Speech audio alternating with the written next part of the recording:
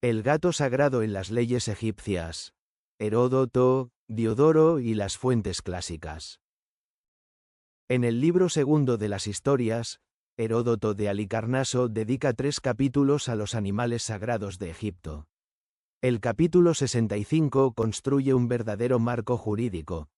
No una simple descripción de creencias religiosas, sino el relato de un sistema normativo articulado, con reglas precisas, penas diferenciadas y figuras institucionales encargadas del cuidado de los animales sagrados.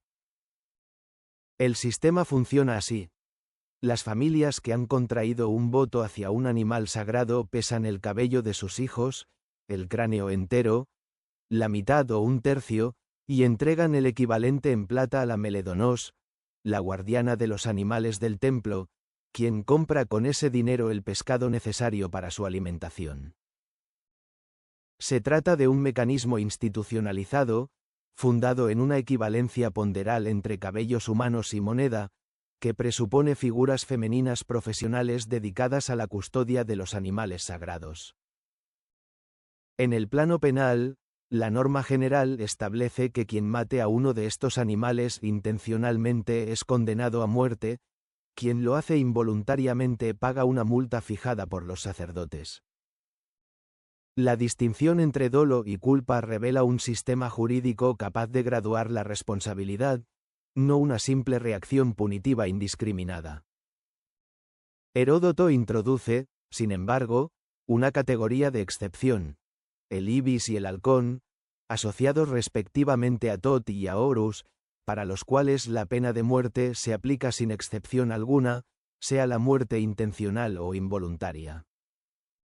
El gato no pertenece a esta categoría de excepción. Su protección sigue la norma general, con la distinción entre dolo y culpa. Este dato, frecuentemente ignorado, revela que en el sistema descrito por Heródoto existe una jerarquía interna entre los animales sagrados.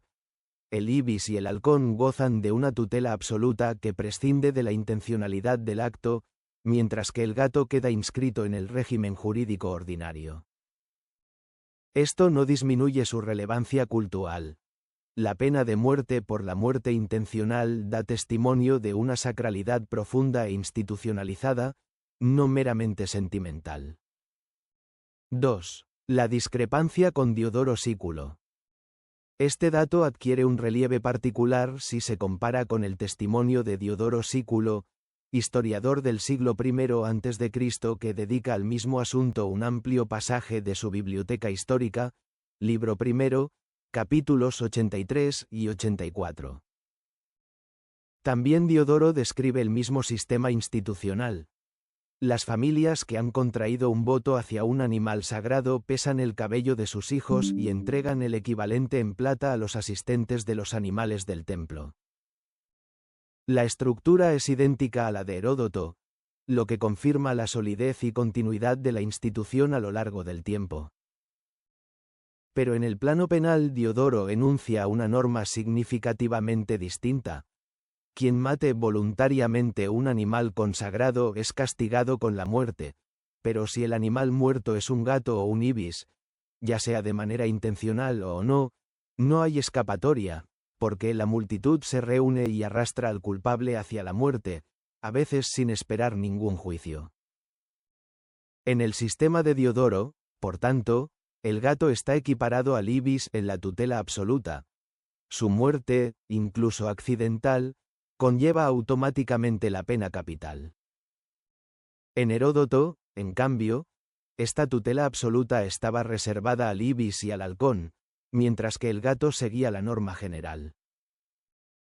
La discrepancia no es necesariamente una contradicción. Las dos fuentes describen Egipto con más de un siglo de distancia entre sí, en contextos políticos diferentes, el dominio persa aqueménide para Heródoto, la época tolemaica tardía para Diodoro, y la práctica jurídica relativa a los animales sagrados pudo haber sufrido con el tiempo un endurecimiento o una redefinición de las categorías. Es también posible que las informaciones de sus respectivos informantes locales reflejaran variantes regionales o interpretativas del mismo sistema. 3. El episodio del romano y la multitud. Diodoro no se limita a la norma abstracta. Relata un episodio concreto que ilustra su aplicación real. En un momento diplomáticamente delicado, cuando Roma y Egipto negociaban una alianza bajo Ptolomeo XII, un ciudadano romano presente en Alejandría mató accidentalmente a un gato. La multitud lo linchó en el acto, a pesar de las autoridades romanas. Ninguna presión diplomática, ninguna consideración política logró salvarlo. La sacralidad del gato se impuso sobre todo lo demás. El episodio es valioso porque muestra el sistema jurídico no como un conjunto abstracto de normas, sino como una realidad vivida capaz de producir consecuencias drásticas incluso en un contexto internacional. El hecho de que Diodoro lo mencione explícitamente sugiere que lo consideraba emblemático de la mentalidad egipcia hacia los animales sagrados, una devoción que no admitía excepciones ni atenuantes, independientemente del estatus social o la nacionalidad del transgresor. 4. La perspectiva de Estrabón. Una tercera voz es la de Estrabón, geógrafo e historiador del siglo I a.C. y I después de Cristo, quien en su geografía atestigua la difusión del culto de los animales en todo Egipto, el buey, el perro, el halcón, el ibis, señalando al mismo tiempo la fuerte variabilidad local. Animales venerados en una ciudad podían ser indiferentes o incluso hostiles en otra, con rivalidades intercitadinas que a veces desembocaban en violencia abierta. El dato de Estrabón confirma que el sistema descrito por Heródoto y Diodoro no era uniforme en todo el territorio egipcio. La jerarquía de los animales sagrados tenía un componente local y cultural que las fuentes griegas tienden a uniformar en un cuadro nacional coherente.